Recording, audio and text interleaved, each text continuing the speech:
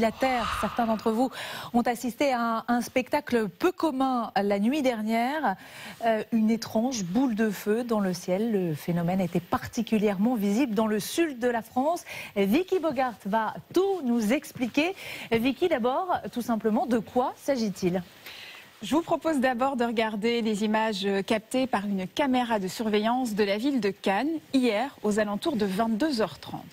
On y voit le bolide traverser le ciel en quelques secondes avant de disparaître. Il s'agirait d'un météore, une pierre venue de l'espace, mais qui ne touche pas le sol de la Terre car elle se désintègre avant. Alors qu'une météorite arrive jusqu'au sol et on en retrouve donc des fragments. La plupart, ce sont des débris d'astéroïdes ou de petites comètes. Ils pénètrent l'atmosphère terrestre tellement vite, à 70 000 km/h, qu'ils se consument et provoquent cette importante source lumineuse. Bon, et est-ce que c'est un phénomène fréquent ? Oui, plutôt, mais c'est rarement aussi bien observable. Ces jours-ci, le phénomène est accentué par ce que l'on appelle les lyrides d'avril. Tous les ans, à partir de mi-avril, la comète Thatcher nous arrose pendant plusieurs jours de petits débris, des météores ou des météorites, d'où la pluie d'étoiles filantes.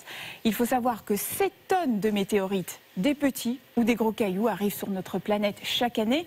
Mais il y a encore beaucoup plus de poussière venue de l'espace, 5000 tonnes par an. D'ailleurs, si vous avez un jardin, il doit y avoir des micro-météorites dedans. Le 27 février dernier, une météorite s'est écrasée dans le Lot-et-Garonne. Des battues ont eu lieu et un appel à témoins a été lancé pour retrouver ce caillou noir de la taille d'un abricot, car il peut apporter de précieuses informations aux scientifiques. Des recherches sans succès pour le moment. Dernière question qu'on se pose tous, quels sont les risques liés à ces météorites ? Alors c'est quand même la chute sur Terre d'une énorme météorite de 12 km de diamètre qui a conduit à l'extinction des dinosaures il y a 66 millions d'années. Mais heureusement, la probabilité d'un événement catastrophique est très faible. Une collision avec une météorite géante se produirait tous les 100 millions d'années. Nous voilà rassurés. Merci beaucoup, Vicky.